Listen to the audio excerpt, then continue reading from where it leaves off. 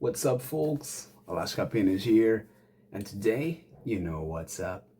Weekly Discoveries Day. Alright, I'm gonna bring you the goodies. The goodies. First, I gotta say, man, I'm sorry. Why? Because last week I forgot to mention a cool album that I did listen to, but I forgot because it was the first one that I did listen that week. The record is Indoor Safari by Lost Straight Jackets and Nick Lowe. So, of course, it's gonna sound surfy, but it's gonna sound like a lot of things also because Nick Lowe is on the vocals. It was the first time that I ever listened to some of his stuff, his vocals. I never did listen to it, just last week. And Lost Street Jackets, I'm a fan, man. They always bring the goodies. They always deliver the songs really well. It's perfect.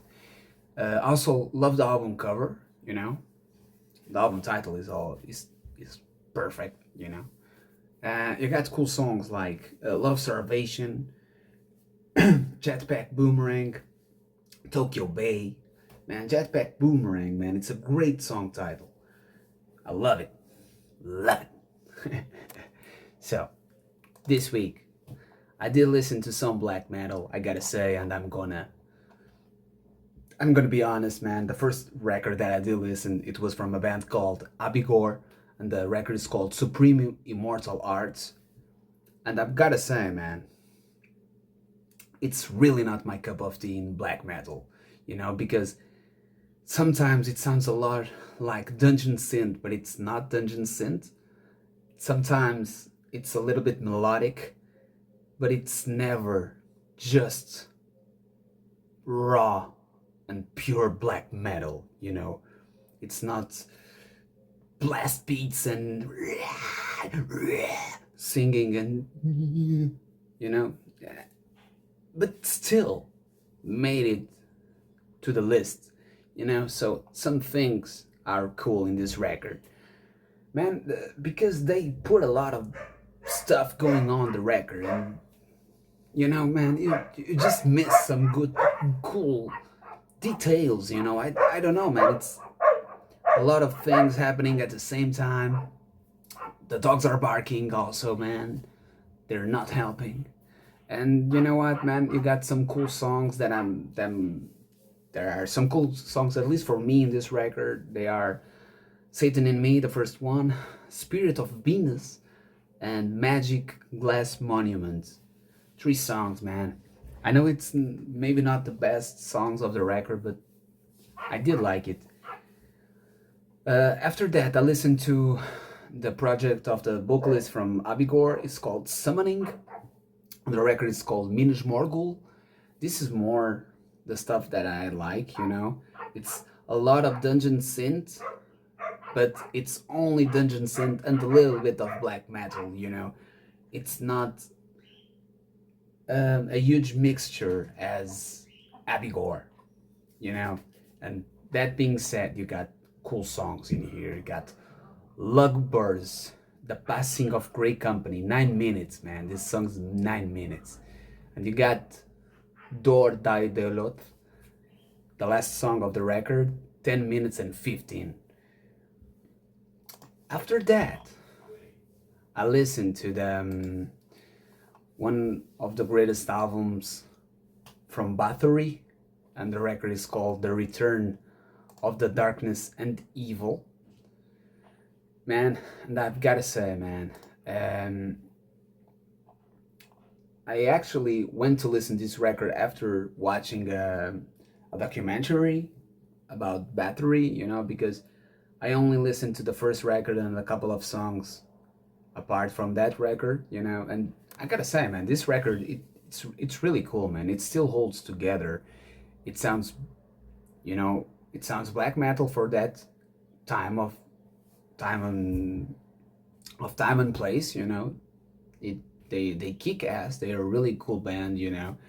And it's an album that has a lot of fury, to it, you know, but also a little bit of rawness and the vocals, man. In some parts, you got the guy, and you got almost a overdub growling, you know, and really really cool, man. Because I really like that detail on the album and on the songs. Um, Usually I'm not a big fan of that. Only like in metalcore or deathcore, you know, that I like two vocals. But man, in this record, it really um, worked really well. You know, we got Total Destruction, The Winds of Mayhem, The Return of Darkness and Evil, The Rite of Darkness. Man, you know, they kind of you know, incorporate a lot of the satanism part, you know, and the evil to it. And man, it really shines, you know. It's, you can really listen to the influence of that, you know. You can also listen to a lot of punk influence to the record, you know, because you know, I can really see Battery in this record and in the first one almost playing in a punk fest, you know, because it makes more sense, this kind of sound playing in that UK 82 sound than playing in some modern metal shows with like Blood Incantation and Watain, and you know, because Battery, man, they did listen to a lot of punk, man. They did listen, you know. Exploit and GBH were a major influence, you know, to Quarton. So, all right. After that, I listened to Merciful Fate, the first record called Melissa. Man, and it's a hell of a record, man. Um, in the documentary that I did watch, they were talking about they're putting Battery and Merciful Fate almost on the same wave, man. But it's different. I understand why he did put the albums right one after the other, you know, next to each other. But man, this does not sound like Battery. You know, the vocals are distinct. You know, King Diamond always brings a hell of a vocal part. You know, he does not play with it. He goes there and he does his job always. But the instrumental, man, it's really cool because it's a lot of things happening. It's not just heavy metal. It's trash. It's more than trash sometimes, and it's more than speed, I guess, and more than just heavy metal, man. Merciful Fate, it's one of those bands that I think they played is type of, their only sound. You know, you got Motorhead metal, you got Iron Maiden metal, you know, you got Merciful Fate metal, Venom metal. You know, some bands they play what they play. You know, they don't play only one genre. They play what they breathe, so to speak. You know, and man, this album is really cool. I also really really love the album cover and the songs, man. Into the Coven, Curse of the Pharaohs, and you got the song 11 minutes and 25 seconds, Satan's Fall. And it ends with the song Melissa. Isn't that right, Melissa? Um, and yeah, I'm gonna end the list with a surprise for you. A Nipster record, a Nipster EP from a band called Bombay Bicycle Club, man. I love this EP, man. It's called How We Are. This is really cool, man. This was released in 2007. I was a little boy. I was like, it's still on October, so I was like 12 years old, I guess. No, more.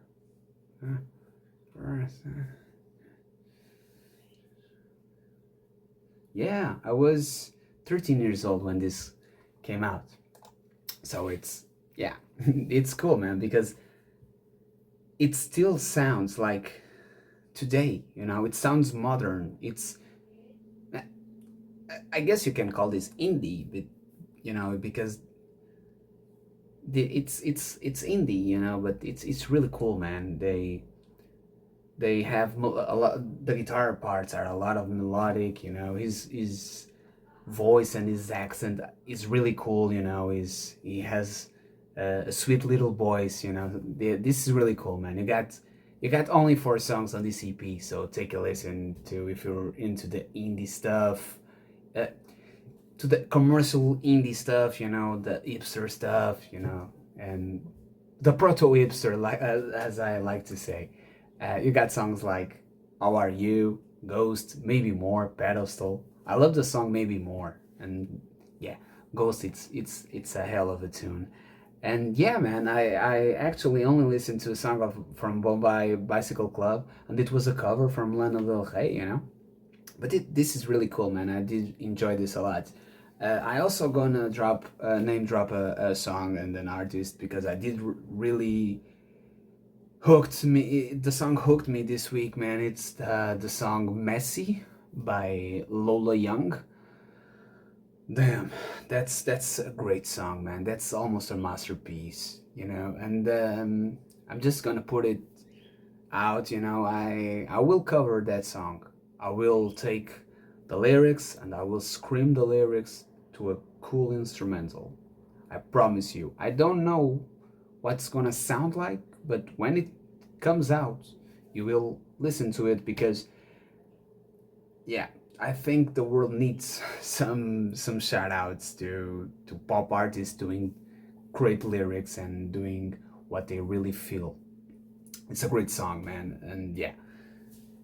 And that's it, folks, for this week. I hope you guys enjoyed the video. If you liked, you know, put like on it, comment if you want to. And yeah, folks, thanks. I will be here next Sunday also.